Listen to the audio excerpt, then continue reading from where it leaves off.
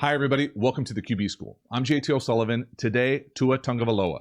Round 3, part 3, whatever you want to say. I'm fired up for this one because it's going to show some evidence to why I think he is surging to potentially the top of this QB draft class. I know that's blasphemy around here, but we're going to provide some evidence to why I think that might be the case. So let's dive into it. Welcome to the QB School.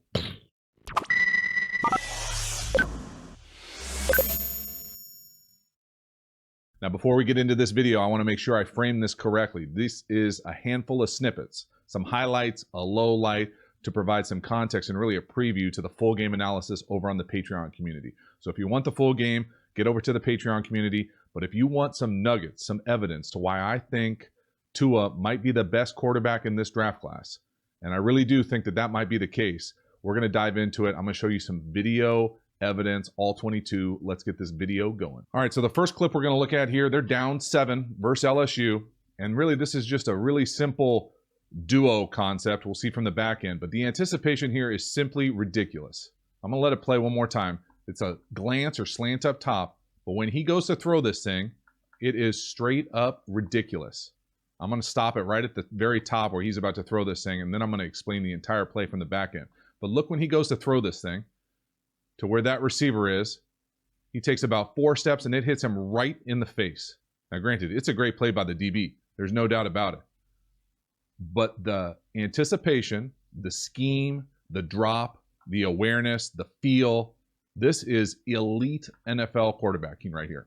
So I'm gonna just make sure this thing soaks in, because when I watched it, I had to watch this thing about 20 times to really understand how good this is. And we'll see it from the back end. I'll explain the entire play here. Watch the blitz coming off the right. Watch the drop away, and then the anticipation.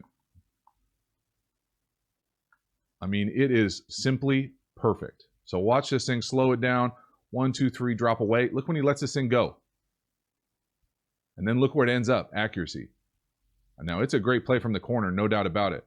But this is simply elite quarterbacking. And so the play here is really just duo. And what I mean by duo, if you dig this kind of content and you haven't already, please hit the button, subscribe, hit the bell, get the notifications when we go live, when we put out new content. I really appreciate the support for the channel. Then get nuts, join, okay? Get a membership, get a badge. It changes colors. You're going to see colors changing really soon here as we get deeper into this membership thing. I am fired up about it. And then obviously come at me with the emojis in the live stream. Have fun with it. Again, I appreciate the support for the channel. Let's get back to the video. So duo here is really going to get as many double teams as possible up front. So we're going to get a double team here, back to here.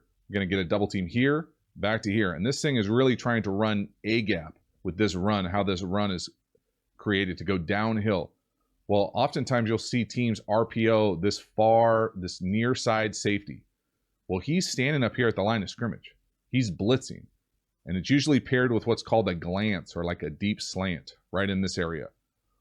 Well, there's no one to block this guy off the edge, so Tua has to throw this thing. So watch when he fakes this thing, he fakes his downhill run, he drops away from it. Now, that in and of itself is excellent. Footwork, tethered to concept, tethered to pressure. But then to be able to drop away from it, have a free runner coming at you, blitzing, and to throw this thing with the anticipation that he does on this dude's face is simply magical. I'm going to run it after we talk about it there. So watch the upfront blocking. There are your 2 double teams. There's the pressure off the edge. Now, he knows he's throwing it already. That down safety tells him to throw it. Look at the drop away, the base, all his cleats in the ground, and the anticipation. Now, simply straight up, really impressive. The only thing I'm going to add to this that I'm not going to share with the YouTube world is, in my opinion, there's a way to block this thing up a little bit better in the RPO world where you know this guy's coming. But you can't give away all the secrets on YouTube. But you almost can't teach this type of anticipation. I mean, it's simply on a dime, on his face. So perfect. Maybe the favorite clip of college football that I've seen this year. That good. Then this is another really magical play. Now, this is a go up top. Now, Tua has a beautiful sense about how to look these things off and throw these things a dime. He throws 2 of them. I always remember the national championship game. It's perfect, right? But now let's look at the real how this thing happened. So what they really do is they fake a cadence. So what I mean by that is you'll see Tua right here. He's going to fake this clap. Boom. Now watch the wide receivers look over to the sideline. In fact, their body language almost straighten up. Watch Smith up top particularly. Watch him straighten up, look over. Tua's looking, then he claps. See this little sudden clap? He's looking at the sideline and he claps. That is a trick play. They're trying to catch those guys sleeping. So watch the corner up top. He comes up out of his stance, looks to the sideline, and we're by him. I mean, he's looking at the sideline. There's like 3 guys looking to the sideline, and we're by him. And he gaps him. And that dude can roll regardless. But you still dime, look off to the side. But I think it's important to understand the context of these plays. Watch the operation here. Fake clap, look to the sideline. Then clap while he's looking at the sideline. It's all intentional. The linemen don't look over. They're locked into their pass pro. Clap. Look at the defense. Look at 18. He's looking to the sideline. We know the corner's looking to the sideline. 6 is looking to the sideline. Clap. They're out of position. He looks to the right and drops a dime to the left. Now, the operation of looking off and throwing a go is as good as it gets from Tua. He does it multiple times. He does it multiple times in this game. But again, the scheme here, elite. The perimeter, obviously elite. But again, the accuracy is perfect. So now we're going to talk about a scheme and execution not elite. Okay, these are kind of head scratchers. Again, this is just like, to me, just a basic in and a shallow. Up top is the in, the shallow coming from 4. This thing gets picked. Again, I'm going to first look at kind of the scheme here. I'll draw it up so we see exactly what's going on. And then I'm going to talk about what I think could be better with this scheme. So this is where the ball's trying to go on this little in here. I want to say right here, the defender, Patrick Queen, picks it off. And really what's going on here is you got a stick route right here, and then we got this shallow. So really this shallow, to me, this shallow and this in is the play. And really it's just a high-low, usually a high-low right off this linebacker. Well, this linebacker takes it, but normally meaning that the quarterback would have stared this in down. But Tua, like he does just about every time, does an amazing job here of looking to the right.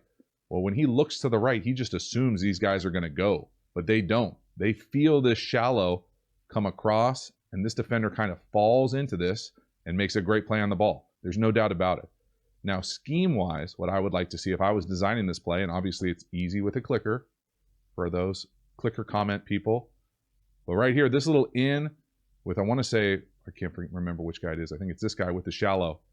When I see this play, I never want a wide out here with the check down. I want a shallow coming across with another player behind it doing whatever, an in or a curl, but then I want this check down to come out and go this way, because just this player, if he falls under the in, you'd love to have this check down right here. So again, watch it here. We'll watch that check down. First of all, you're going to go through the read. You're looking off, trying to bang that in route. The check down goes to the swing though, or to the wide, and really it's all condensed over there. Love to have that check down come out the other way to stretch this defender that ends up making a play on the ball. Now, he makes a good play. It's not good enough from the quarterback position, but I will tell you, I love Tua here at the end. I make no bones about it. I watch turnovers. Now, this is a clown play by the offensive lineman coming from the top. Pure clown. Get kicked out of the game clown. But I do watch quarterbacks and all players on turnovers. Do they shrink or do they go make a tackle? And now watch Tua's eyes here. He's going to the right, looking to the right, comes back, boom. Now the only thing I can possibly imagine is that inside linebacker, Queen, comes across with that shallow. So you'd love to have that check down who's out to the left. So just so that check down that's out running a swing to the left out here, this way, you'd love for that to come back and come up and right off that shallow. So really it's a variation of mesh. Then, depending on whoever takes this away, you can come out and bang this, you can come out and hit the shallow, that area. I like more balanced type of progressions. But again, nice play, but now let's watch Tua. Turn it over, what's he do? He's fighting, boom! He goes in there and makes a nice tackle. You'd almost love to see him try to punch that ball out with a little peanut Tillman action. But again, I like it when I see a quarterback be able to do that. I really dislike seeing offensive linemen come in here and take cheap shots, though, in the back. That's clown. So, not everything's perfect by any means. Now we got 4th and 2. Now, this is one of my favorite plays. I haven't seen it And I remember T.O. doing this type of play, but we're running basically an inverted fade to the number 2 up top. So just to understand what's going on here, I think Tua is trying to bang this outside slant, and he turns it down. And then I'm going to talk about this inverted, what I think is an inverted fade. So again, what I think he's trying to do here is come here and hit this slant right here. And I think he pumps it. Well, he doesn't throw it. But right here, this to me is normally a position where you'd run this inside fade. In fact, LSU runs it a bunch from in the middle of the field. And you usually throw it right to that pylon. Well, I remember T.O. back in the day doing like short motion, and then he'd come back and run this fade. And it's a little bit different because you run it like a fade, but you run it like the field is this way. So you already, because you're of the position here, when you turn to run like this, you look over this shoulder, your outside shoulder, as opposed to normally on a fade, you would turn over your inside shoulder running to the pylon. So when you come up and you turn this way over this shoulder, and you just basically think the field is turned horizontal, you already have that corner at your back, and he doesn't know because there's all this space to the front pylon. So it's a pretty rare play. I love it. It's hard to practice. It's easy to practice if you can throw this type of ball from the far hash. That's why it's such an impressive throw. So let's watch it a handful of times here. Watch the slant. No. First. It's tight. You could bang it on him. He make a nice catch, maybe. But now let's watch that inverted fade up top. Normally, right there, that number 2 would be running to that back corner. Well, watch what shoulder he turns over. The inside shoulder. When he turns over the inside shoulder, now the field is just turned horizontal. And you can throw that thing anywhere on the sideline like it's the back of the end zone. That's exactly what he does. And that's a straight up dime from across the field on a 4th and 2. I mean, it's really impressive. That is accuracy at its absolute peak. I love it. And the fact that he turned down the slant. So it's no. He keeps that base, though. Look at all his cleats in the ground. Just boom. Perfect. Just an absolute strike. So impressive. I really had fun watching it. Now, this is the last play offensively for Alabama. Again, this is just a straight up go, look off to the field. Again, to the field. Wide hashes. Again, obviously, Devonta Smith can roll, but this is a dime in the bucket down the line. Watch it a handful of times, especially from the back with just his eyes to appreciate how hard it is to do this. Look off to the right, hitch, let it go. In the bucket. To the house. Now, yes, they didn't win this game, but he was hurt. And I get it that he's been hurt, and I get it that scares some people, but I think this dude can straight up play on a number of levels. I can't tell you how impressive this throw is. Look off to the right. Someone's in his face. The back, the right offensive line sorted off. Someone's in his grill. He can't get through this thing like you'd want to. Doesn't matter. Vroom. Dime. Right on the wide receiver's line. Not a fade out, not a fade in. An absolute strike. And he's done that so many times. He makes it look so easy. So impressive. And so that's the thing for me. I see things from him that I just simply don't see from other guys. Even at that like elite, when you're just separating the best of the absolute best at their pinnacle, the knock, the injury history, I get it. But I think that there is some sort of, you have to put something into the evaluation to say he went out there not 100% and played like that. I love that competition. I loved that anticipation throw on that glance or slant, the first rep of this video. I love the deep ball accuracy. I love the different levels of throws accuracy.